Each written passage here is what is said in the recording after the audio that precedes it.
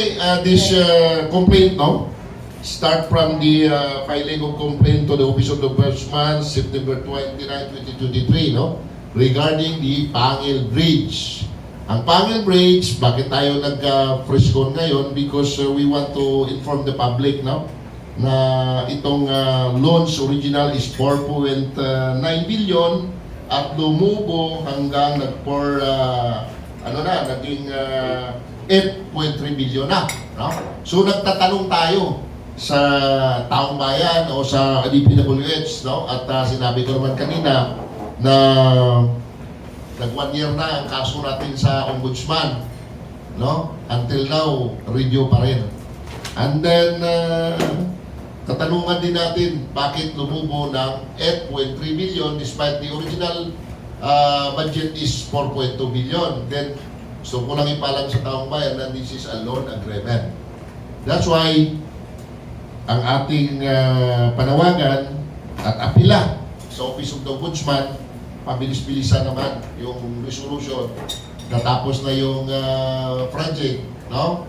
And then may mga warrant of arrest pa sa mga Koreano na contractor doon, na 2 warrant of arrest, hindi pa nahuli. So this is the public interest na gusto nating ipaalam sa taong bayan. So, basahin ko na lang yung ating frescon. Regards ito sa Pangil Bridge, yung lumabas na natatapos na tulay from Misamis to Lanao, no? The Pangil B Bridge project start with an approved budget of 4.9 billion, of which 4.2 billion will be funded from loan agreement, no? Loan, babayaran natin, no? And 586 million funded through Philippine National Budget. During the inauguration, the project cost has been announced to have balo, no? Lumubo ng 8.3 billion. Question, saan nanggagaling additional budget, no?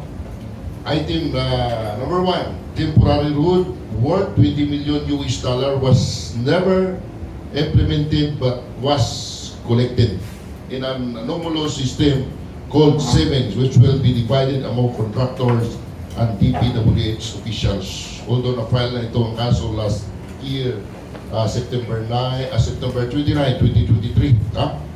Another item, environmental protection, was during the bidding strongly emphasized as the criteria justifying the floated project cost during actual constructions. No such measures were implemented, yet again these were collected as accomplishment. Another item, fish pan, which is considered unsuitable materials and should be excavated, removed, and then filled with suitable materials to save costs. This was again not implemented but was collected as accomplishment and even justified variation order those floating project costs. This increase is without the benefits of public bidding and public disclosures. Clear discrepancies from initial budget and actual expenditure, few billions of pesos are accounted. Despite DFK demands for information, the DPWH and Malacanang has refused to disclose this document related to the project expenditures. Why are these crucial details being kept under wraps? It raised alarming question of the Filipino taxpayer money now being granted as the personal funds of high-ranking officials. Question lang yan, tatanong. The Filipino people demand answer as to where their money is going and who is responsible for the billion peso budget overrun. For the Philippine government to continue the implementation of a project which is tinted with corruption and clearly excessive in cost begs the question as to who is the true beneficiary of its continued implementations, no? Hindi tayo against sa project, hindi naman tayo against sa proyekto at development, but we are questions the budget, where this going on, no? Ano nangyari dito, no? So, Pangil B Bridge contractor bed collapse bridge is in Korea, no? In November 2023, tragedy struck South Korea where bridge collapsed, killing 2 persons and injuring 6 others. the same contractor who built this collapsed bridge in South Korea is Kook Dong Construction and Engineering, who is also the contractor of this Pangil B Bridge project in the Philippines. So this begs the question, did DPWH really conduct a fair and transparent bidding process for the Pangil B Bridge? Why was the bidding for the Pangil B Bridge already declared a failure of bidding, but then magically and mysteriously diverted and awarded to Kook Dong Nakwang Group by then Secretary Mark Villar through a special negotiating team headed by Yusik Emil E. Sarain? What prompted Villar and Sarain to turn a blind eye to the leaning and flags allowing the manipulation of the awarding process for the Pangil B Bridge project? Prior to the awarding of the Pangil B Bridge project, Director Kim of Nakwang Kook Dong reportedly gave 2 million in payment to some DPWH official to be awarded the project. We must put a stop to the human cost of corruption and incompetence. Nakwang and Kook Dong officers, Mr. Ji Song Gong, Mr. Kim, and Mr. Yu Tai-sik, face criminal charges for making and using forged and fake documents submitted to Philippine authorities. 2 warrant of arrest have been issued against them in various criminal offenses. Reports from Sheriff, PNP, Bureau of Immigration, and Law Enforcement indicate their status as fugitive from justice authorities and actively pursuing these individuals, underscoring the severity of their alleged crimes and the urgency and their apprehension. These deceitful documents serve as the foundation for securing contracts with DPWH, raising serious concern about the integrity of the bidding process and the government due negligence. Why are taxpayer funds being funneled into the coffers of criminal enterprises? The Filipino people demand accountability and transparency in government dealings. It's time to uncover the truth behind this funding fiasco. Hindi tayo against sa projects, hindi tayo against sa development. Pero nagtatanong tayo, bakit ganito ang nangyari despite na 4.2 billion lang, umabot na ngayon sa 8 billion. Question?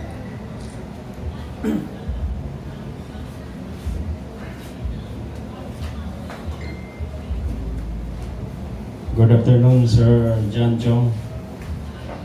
Sir, ano-ano mga kaso po ang mga isinampa po ninyo? At sino-sino po? Pwede banggit po lahat ng mga involved po na nailagay po doon sa affidavit. Usually, na-file natin ang kasi September 29, 2023 pa sa Office of the Ombudsman, no? So, ang ating ikinaso is RE 3019, no? At 2 beses tayo nag-file ng complaint sa Office of the Ombudsman, no? So, RE 3019, no? O Republic Act Anti-Graft and Corrupt Practices. So, ang ma-file natin dito ay no other than Secretary Manuel Benuan, no? Department of Public Works and Highways. Halos lahat dito, DPWS, no? Kasama na sina Kiram Sadain, no? Sheriff Majmo, Teresita Bauso, no? So, at saka sina Yusik Roberto Bernardo involved dito sa sa graft and corrupt practices na inaso natin. Anong specific po ng mga kaso? Ilang kaso po? Anyway, may copy tayo dyan, no? Meron tayong copy dyan. Medyo maliwanag dyan sa kabila, eh. Medyo may binigay akong copy kanina dyan kasi ito medyo hindi ma-blurred, hindi natin mababasa. Meron na po ba sumagot sa sinampa nating kaso? Well, in fact, nakasagot na sa atin ng Office of the Ombudsman is under review. At na-forward na rin sa DPWH, no? At under review. Oh. But sir, any statements po from DPWH or Malacanang wala po? Well, in fact, until now, wala kasi nasa ombudsman eh. Nasa ombudsman na ang case. Ito lang ang sa amin to inform the public, no? Kasi last year pa ito, na-file. Kailangan na natin ipaalam sa public. For public interest. Hindi yun pwede. Okay.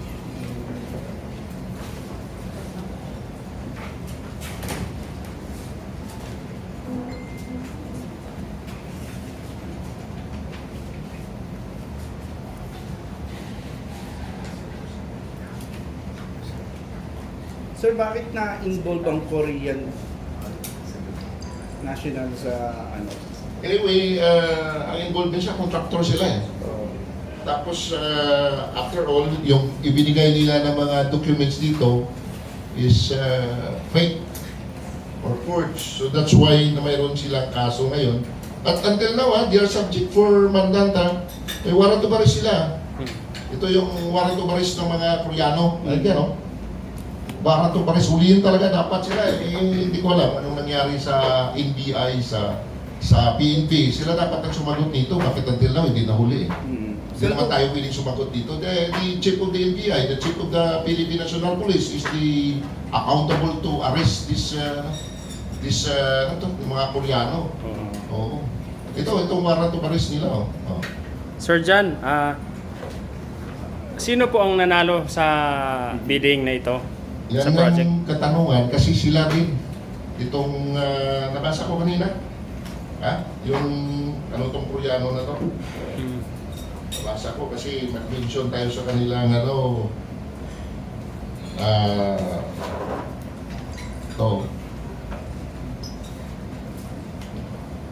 At papaano po Pukdong Lamkwang Construction and Engineering Limited. Opo. Joint venture with Kokdong Construction Limited, no? And Gongguang Constructions.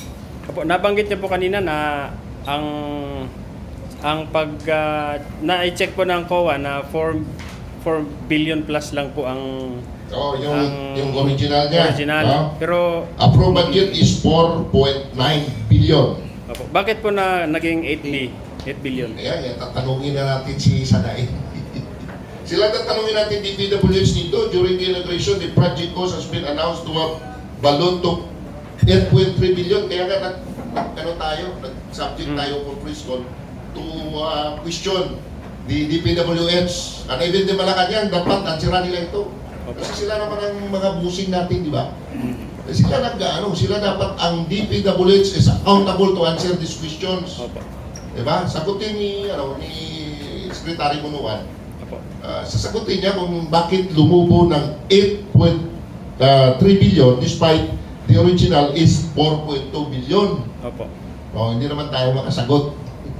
Sir, may balita po kami na hindi po si Villar po o panahon po kasi yan ni Secretary Villar. Yes, involved siya dito. Opo. Involved sa kaso si Secretary Villar. Ito. Kasi kanina hindi maliwanag ha. Ito, basahin ko na lang. Complaints of RA 3019 or Anti-Graft and Corrupt Practices. Honorable Bunuan, Secretary, Department of Public Works and Highways. Honorable Mark Villar, former Secretary of DPWH, Undersecretary Emil Kiram Sadain, DPWH Director Sheriff Madsmo, Asim Teresita B. Bauson, Aristarco Duroy, Eric Iyapana, Rinaldo Tagundano, Midmir Malik, Constantiliani Senior, Mary Antoinette Puno, Edwin C. Matangihan, Danilo Balisi, Maria Victoria Gregorio, Victor Santos Florencio Tutor, Renato Rias, Attorney Anthony Idsil Punrad, Tupas Berilio Castillo, Attorney Ken Edward, and Santa Rita, and then Roberto Bernardo, several jandos. Sir, may nagtip po kasi sa amin na inalaw yata ni dating Secretary Mark Villar yung isang USIC niya. Pwede pong banggitin sinong USIC po ito na kung saan nakipag-negotiate So, dahil sa Yusik sa bidding committee at siya na Ito doon ang nakasiwa. nakalagay Yusik sa dain. Naging negotiator. Siya ang inallowed ni former Secretary Mark Villar. Opo. Individuals na ombudsman na i-suspend po na itong mga nabanggit. Yes sir, I filed already last year, September 29 pa to. No? Opo. No. Ang sagot ng ombudsman sa atin last, hindi ko na-recall, no? Pero naisagot na sila, under review. Under review. Under review ba? Yes. 1 year, under review. Sir Jan, Siguro, hindi ko alam sa ombudsman na tanungin natin yan, bakit 1 year, under review pa? Sir Jan, follow up ko lang. Nabanggit kanina na may inalaw si Secretary na for negotiation. Yes. But it's a word of negotiation. Iba pa government bidding tayo, sir. Ano yun, sir? Eh sila na lang sagutin na tatanungin natin, bakit inalaw nila? Mahirap sumagot eh. Sila dapat tanungin natin. Tatanungin natin kasi na-file naman eh, ang kaso. Opo. So, it's already in the ombudsman. Sir Jan, ang Kaya bids nga nagkaroon tayo ng press call para malaman ng publiko. Malaman ng publiko kung ano nang nangyayari sa mga project at ano nang nangyayari sa kaso. Ako, sa totoo lang, napakarami nang na-file natin na kaso sa ombudsman eh. More or less siguro, correct me if I'm wrong, hindi bababa sa 600 cases. Ilan pa naman aksyonan? Siguro since 2009, nag-file na kami ng kaso, 15 years already. Alam niyo ilan pa lang tawag nito na aksyonan? Wala pa siguro 10. Sir, nagkaroon ng bidding, bakit nagkaroon pa ng negotiation? Yan ang tatanungin natin sa kanila. Kaya this question, this press con is questioning, no? Ito, ano naman, maliwanag naman sinabi ko, nagtatanong nga tayo sa kanila. Pero may nanalo siya. Hindi lang ang media ang natanong, even our organization questioning the DPWH, no? No, hindi ito task force kasanag lang, taong bayan na ang nagtatanong sa DPWH, bakit na may bidding, may negotiator pa? Di ba? may negotiator po. May 2 million pa nga involved. Ano yan? Dapat sila, tanongin natin sila. Huwag tayong mahiya magtanong sa kanila. Tatanong na naman. Wala namang mga sama kung tanongin natin Yusik sa dain. 2 million po. Oo, 2 million pesos. Yung 2 million dollars yan. Dollar. Pesos. Dito nakalagay naman. Nakalagay naman. If you're kung isa-isa yung complaint ko, dito na lahat. No? Ano lang ito? Summary lang ito. Summary lang ito ng complaint na binigay sa inyo. But since September 29, na nag-file natin ang kaso, 2023 pa, last year na, ito nagkataon na isang taon na ngayon. Kahapon yata ang anniversary na ng kaso kahapon. Kasi 30 na ngayon. So kahapon pala ang anniversary ng ating na-file na kaso. 1 year under review. Ang sagot ng ombudsman, review. Nire-review pa. 1 year na, pero this evidence is, for me, ang ebidensya, masyado naman malakas. Sir, hindi po kasi biro itong kaso na ito eh. Nakatry, meron na ba kayong natanggap na tawag mula po sa kampo ni dating Secretary Villar? Wala akong natanggap na tawag. Kung may tumawag, di sasagutin. Di ba? Tawag lang naman yan eh. Opo. Sa palagay po niyo, nakarating kayo sa kanya yung impormasyon? Ako, naniwala ko nakarating lahat. Kasi mabilis naman ang pagsukwena ng Office of the Ombudsman. Wala naman tayong questions regarding the sukwena. Mabilis yan. Wala pang 1 week nag-sukwena na ito. Alam na ng lahat ito. Diba? Kahit kaibigan nga natin, umiyak na eh. Diba?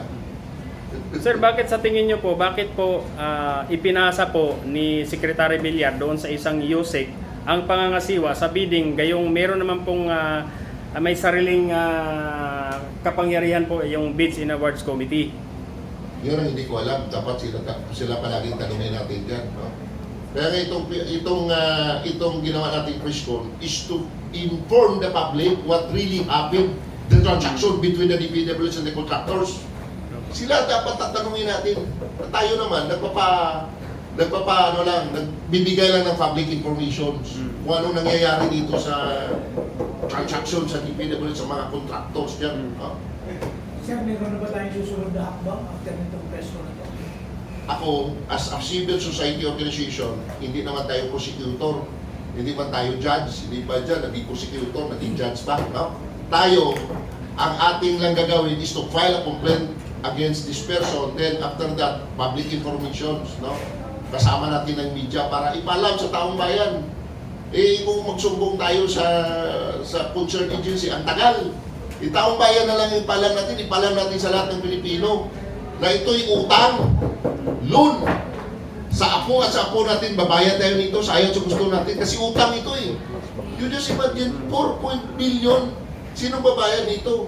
Si Juan de la Cruz, tayo, ang anak natin, kayo. Tayo lahat na babayad nito, hindi naman sila lang babayad, sila nagpapasarap na dyan eh. Samantala tayo, nagpapahirap, tayo pong babayad, di ba? Yung totoo lang talaga, real talk. Sabi nga ni Mr. Lau, dadaan ba tayo dyan sa lugar na yan? Hindi naman. No-comment tayo dyan.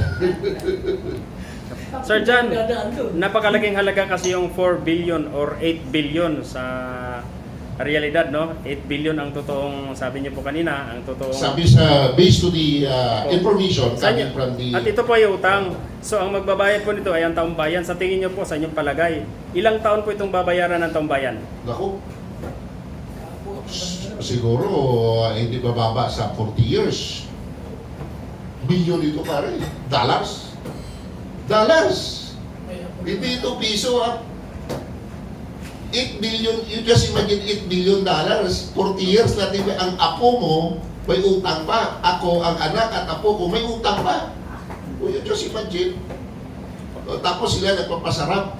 Ang ganda tingnan ng mga ano nila, mga patutsada nila, but despite the reality is utang. Opo. Loan agreement ito between the Philippines and the Korean. Doon po sa inyong affidavit na kung saan nakalagay po yung mga sinampahan ng kaso, kabilang po ba dyan ang pangalan o mga nasa, ang chairman ng Bids and Awards Committee at iba pa? Yes, dito lahat. Kita to eh. Sir, in your opinion, sir, base sa binabasa natin sa kaso sinampay, lumalabas corruption. Yes. Corruption talaga. Anong sa tingin nyo, paano nyo mapapahinto yung corruption sa pamamagitan ng panawagan sa... Ako, sabi nga ni Ombudsman Martires, yung interview niya, no, I quote the interview ko Ombudsman Martires, parang passion na daw ang corruption sa Pilipinas. Alam naman natin, marami talagang corruption. Isa lang masasabi ko, we cannot stop them, we cannot prosecute them. At least we are there to fight against them. Huwag tayo sa sang-ayon, yun lang naman ang task force na sana. Hindi kami sa sang-ayon. Yun naman. Kasi, malala na talaga ang korupsyon eh. Mura sa barangay hanggang sa nasyonal. Hindi natin mapigilan. No? Pero ang stand namin sa civil society, hindi kami sa sang-ayon. We are against them. I am not a prosecutor. I am not the judge. I am not the judiciary. I am not a legislator. But we are a civil society organization that stands that we against them. Hindi kami sasangayon. Kung sila gusto nila, kami hindi sasangayon. That's my principle. Sir, yung sulat, yung kaso na yan, saan na po nakarating? O, tanging ombudsman lang. Ombudsman din siyempre sa media. Sa inyo. No? At least ipaano lang natin sa taong bayan kung ano nangyari. Sabi nga na the late Senator Miriam Defensor, sabi niya, taong bayan ang magusga. No? Taong bayan na. Kung hindi tayo makakuha ng hustisya dyan sa mga government agencies, taong bayan ang mag-judge. Kasi sovereignty resides of the people naman, di ba? Sovereignty resides of the people and all government agencies emanates from them. Taong bayan ang may say, kaya malapit ng eleksyon. Dapat subukan natin mga Pilipino huwag tumanggap ng pera ng politiko. Ha? Kasi bawat tanggap natin ng pera ng politiko, yan naman ang gagamitin nila sa ating issue. Hindi lang tayo may issue sa politiko. Ang politiko may issue rin sa Pilipino, sa mga taong bayan. Tanggap ng tanggap kayo, tapos reklamo kayo ng reklamo. Huwag kayo tumanggap para may rights tayo na magreklamo. Opo. Sir John, Ako walang politiko na nagbibigay sa akin kasi hindi tulad ng tanggapin eh. Opo. Opo. Sir John, nabanggit niyo po kanina na pang 1 year na po o nagkabe-birthday lang po kahapon magmula nung So, 1 year na kapon yung na-file natin, but Opo. review pa rin. Meron po ba kayong plano na manawagan ulit at kalampagin sa iba't ibang pamamaraan yung Office of the Ombudsman? Well, in fact, I'm not questioning the integrity of the Office of the Ombudsman. Trabaho nila lang. Ang sa atin lang naman, nakikiusap tayo, papilis-bilisan naman. Kasi habang ang kurap ay hindi mo maikulong at hindi mo mapatawan ng justisya, lalo silang magkukurap. Di ba? Dapat talaga, iwan ko sa, ako naman in my own public opinion ko naman lang ito, no? Dapat aware ang COA at ang Ombudsman kasi sila talaga ang agency na talagang may power na pahintuin ng korupsyon. No? Ombudsman ang COA lang kasi alam naman natin ang COA may power din yan. O ako, 2 taon ng request namin for audit, for special audit para kung na result. 2 taon na, wala pang result eh. Sinabihan lang kami, hintay lang, review. Opo. Samantala, ang bilis lang pala ng COA umaksyon pag iba eh. Kaya ng 3 months, may result na eh. Billion pa, may hiningi kami, sa dokumento ko, 2-3 sulat ko na sa COA, ang sagot ng COA, hintay lang at nire-review pa. Review lang palagi. Yun ang reason nila, always review. Kaya dami siguro mga reviewer dyan. So, magaling mag-review, biro mo, 2 taon na request namin eh. Ito lang, 1 taon na. Review pa rin. Kaya mga magaling yung mga reviewer nila dyan kasi matagal ang review pa. Sir, nasan ngayon yung mga Koreano? One day nga, may warrant of arrest. Hindi makita ko sa inyo. Hmm. Ito, warrant of arrest nila. Saan niya sinampa, sir? Sa... Sa Mindanao lang siguro. Sana kasi nandito yung warrant eh. Nabigay na ito sa pulis. Nabigay naman sa NBI.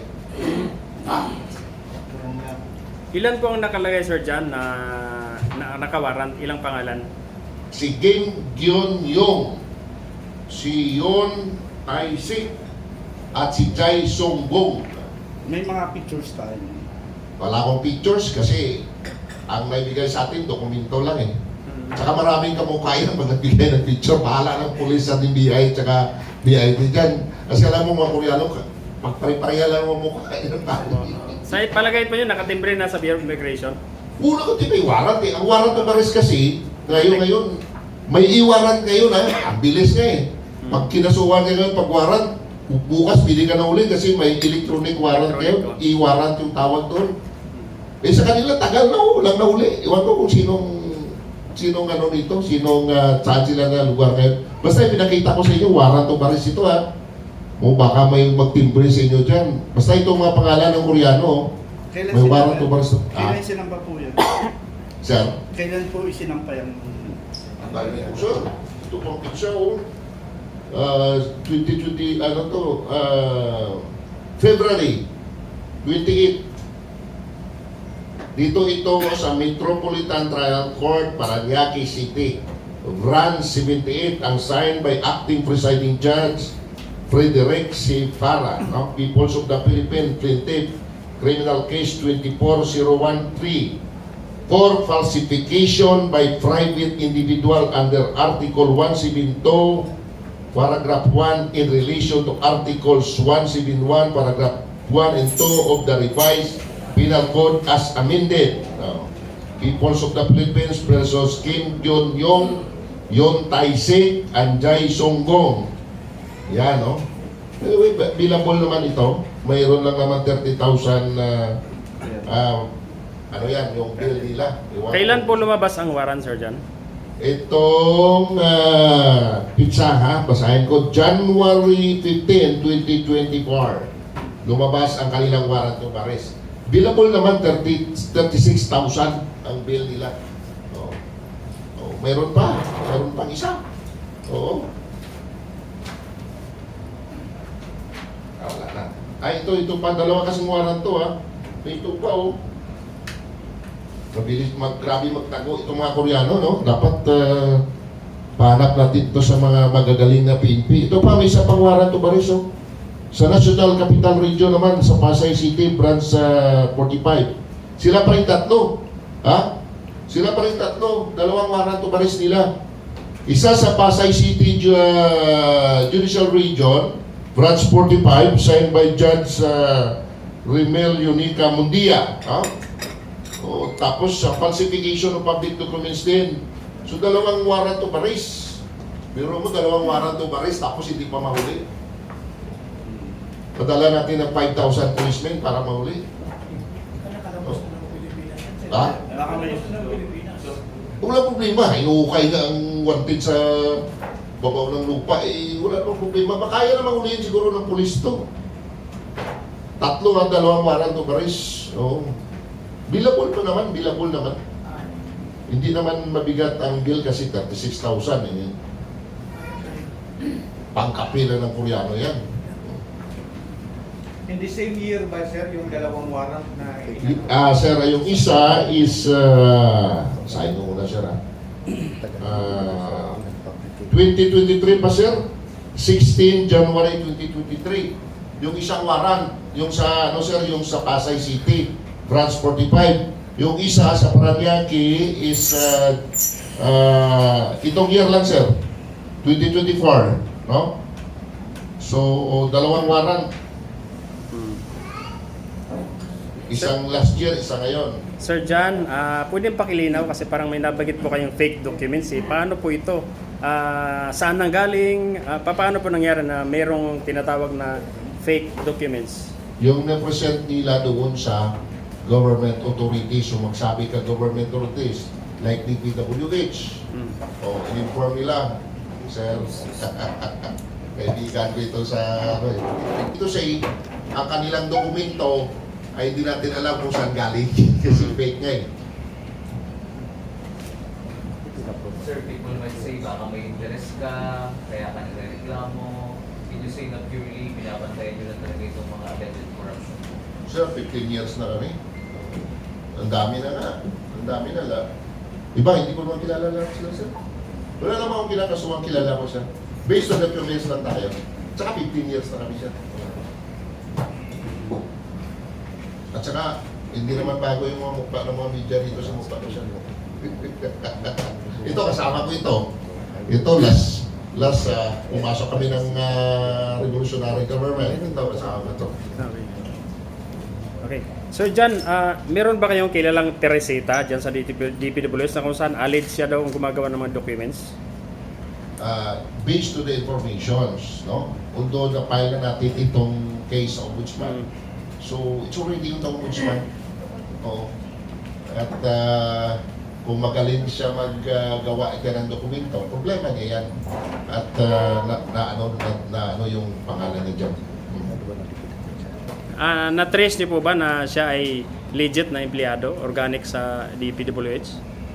Legitimate na empleyado dyan sa DP. Oo. Legitimate talaga. Saang office po siya? DPWH. Saang office po? Central? Anong department? NCR. Okay. Basta dyan lang sa DPWH. Kasama po siya sa nakasuhan? Teresita. May Teresita dito, ah. Meron yata.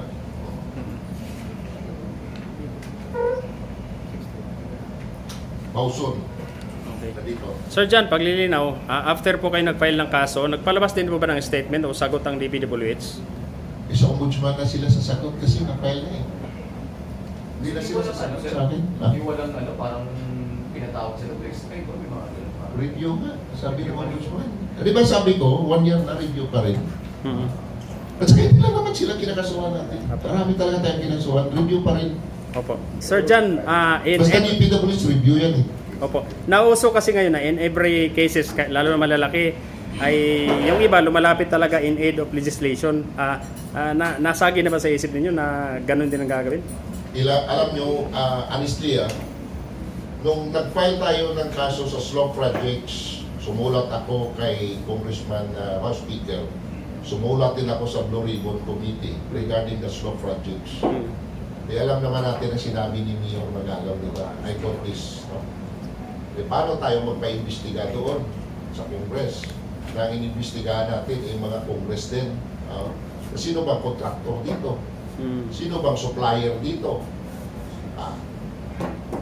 Kaya nga, taong bayan na lang. Kaya nga nagkaroon na lang tayo ng press-con to inform the public about this case. So, di ba? Taong bayan na. Wala na. Ay, naku. Kung iba sigurong ipadala natin doon na reklamo sa Congress, baka mabilis. Po ito, construction, material, supply, pera. Sino bang magaling na mga contractors? Saan magaling yung mga contractors? Yung iba, nag-contractors, nag-congressman, naging contractors. Kung gusto mo maging contractors, mag-congressman ka. Kung gusto mo mag-congressman, mag-contractors ka. Tapos ito, doon natin dalhin. So, ombudsman talaga, tsaka kuha. Okay. Kaya nga ito, na-file natin last year pa. Kaya lang, nagkaroon tayo ng press con because na ipalabas nila last day na 8 billion daw ang pera. Na 8 billion daw ang lubo ng budget ng Pangil Bridge. Tapos dito sa ating kinaso, 4.2. Sana, bakit ganon? Bakit ganon? Kaya nga nagtanong tayo sa kanila. Doble. So this press con is to inform the public information because this is public interest. Kailan po lumabas yung paglobo na naging doble? Naging last day lang. Naging 8 billion. Yes, sila mismo nagpalabas.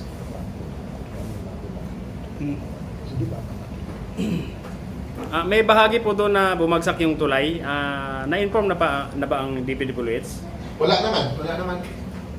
Kung mayroon mang information sa binasa ko sa contract sa complaint ko, yan na talaga. Yan na talaga.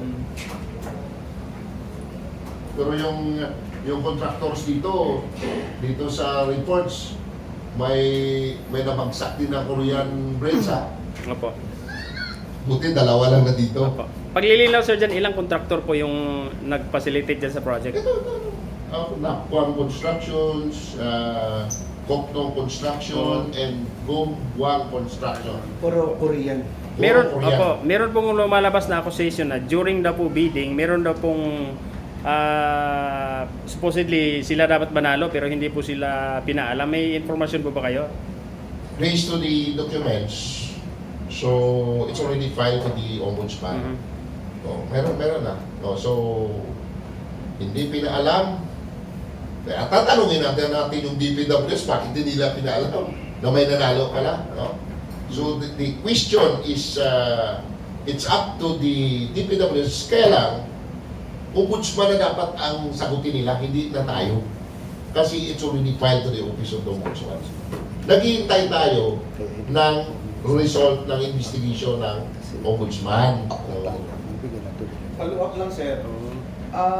So sinasabi mong may nanalo, ibig sabihin ba niyan, hindi yung Korean ang nanalo? Kasi i-connect natin doon na may negotiation. Ibig sabihin, iba ang nanalo, kaya may negotiation doon sa Korean construction. Ganun ba, sir? Based on the documents, yes. Sinong nag-negotiate? Sabi ko na kanina, ulitin ko. Teresita. Teresita. Si Yusik sa daig. Magkano nga po Sir Jan? Magkano yung informasyon ninyo na Based to the information, Apo. $2 million. $1 million, 50 billion. Paglilinaw lang, sir, $2 million for the negotiation alone? Or ano ibig sabihin nun? Percentage? Pag sinabing negotiation, ano ba? I-elaborate na lang natin pag sinabing negotiation. But anyway, don't worry kay nasa ombudsman na lahat yan.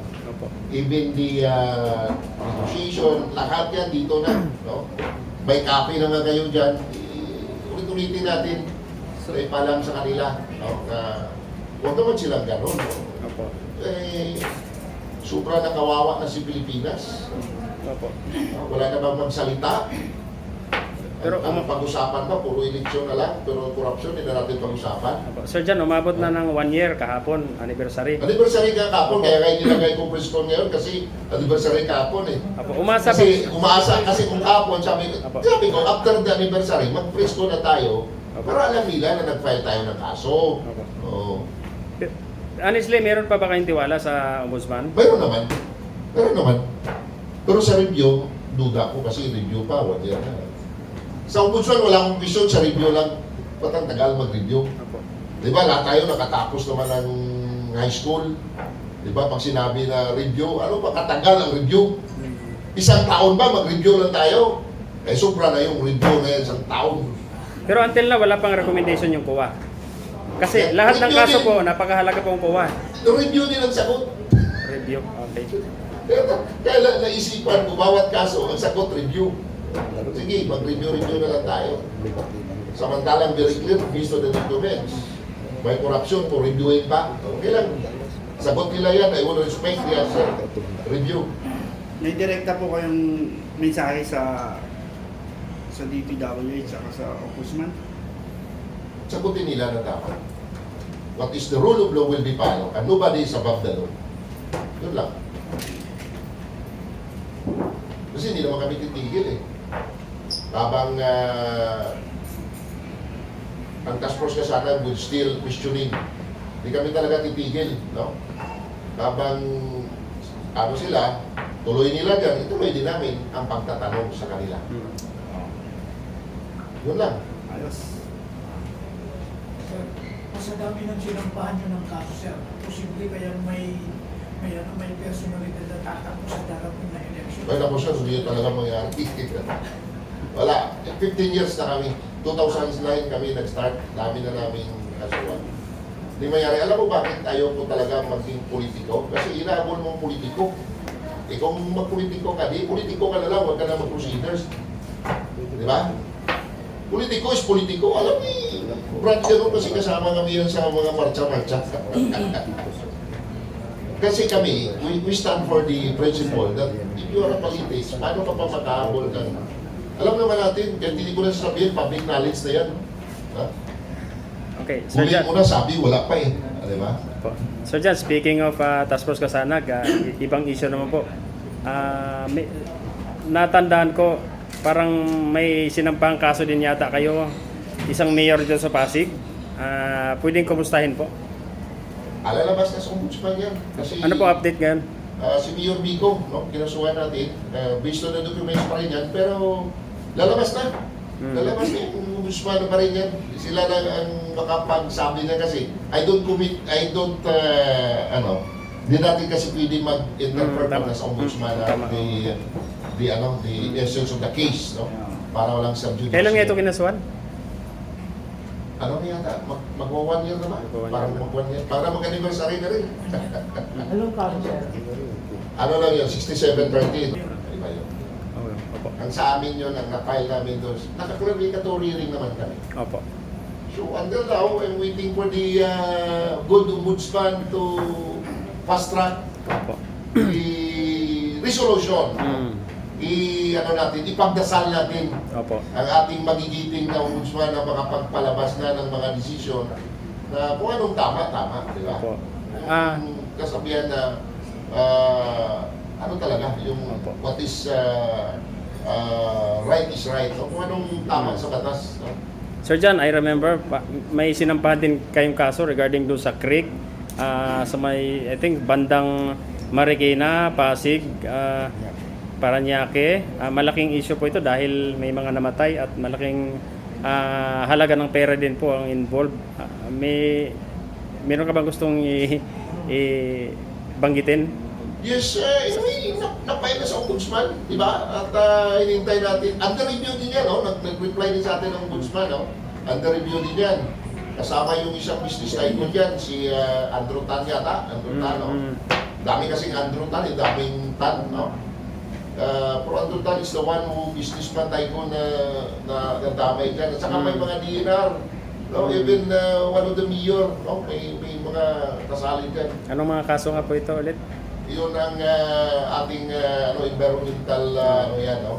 Hindi ko kasi masyado super sa dami kasi nagkinasuhan natin. Kung magpunta ka sa akin sa opisina, upuan mo lang ako, isang ganon na karami yun. Pero sabi ng ombudsman, review pa lang. Sige, natin silang mag-review, basta importante, we expect the right justice, no? Di bali, sa kanila yan kung kailan nagpalabas, Opo. basta we expect the right justice to come, no? Sir Yung John. tama mo siya talaga. Opo. Honestly and practically, kilala natin po itong mga apelidong ito na political family and then pinakamayaman po sila. isa sila sa pinakamayaman sa buong Pilipinas, sa buong Asia. Ngayon, naniniwala ba kayo na mag-prosper po ang mga kasong isinampa ninyo na involve ang pamilyang ito? Ako naniwala. Kasi hindi lang naman siya nakasuhan natin ng mga matataas. Meron na ngayong hindi na nga mapakita ngayon. Meron na tayong kinasuhan mayor na hindi nga mapakita ngayon. Siguro kilala ni friend ko to kung sino mayor. Ako lang makita kasi nasa higher court na yan. Opo. Opo, Minsan. minsan. Wala tayong kinasuhan ng malalaki. Yung isa nga mayaman nga, yung planta niya doon sa Negros, na-close din. Wala naman yan, basta as long we base to the documents at ang kasabihan nga, nobody is above the law.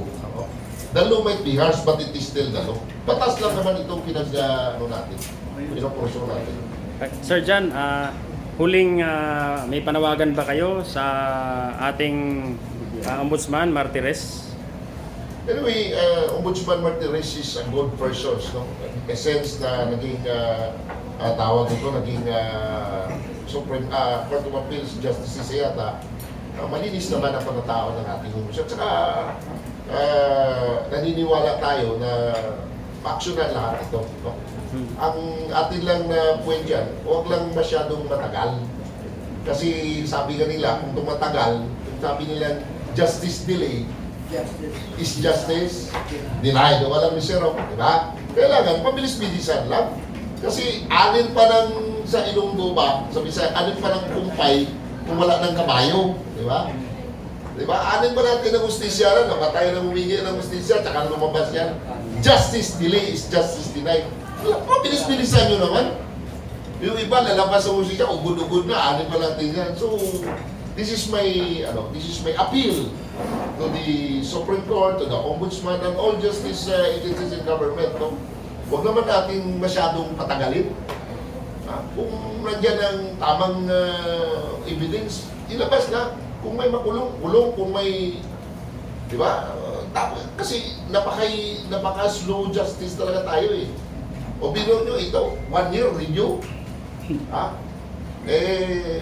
Yan ang question natin. That's why we appeal to the Office of the Ombudsman. Bilang uso naman na investigation ngayon, do you plan na ilapit to sa Congress? Sir?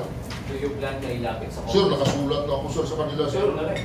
Oo, andyan pang LBC ko, address to House Speaker, address to the time, Senator Tolentino as Floor Record Committee. May sulat naman sila. Reply lang. Parang review rin, malapit sa review. Kaya alam na ng taong bayan, Pag sabi ko nga, nag-press con tayo, paray pa lang sa taong bayan na mag-usga. Taong bayan na mag-usga. No? Kung ano nangyayari sa ating mga projects sa government, taong bayan na rin ang sasagot. Taong bayan na mag-usga. This is a public interest. Wala tayong personal sa kanila.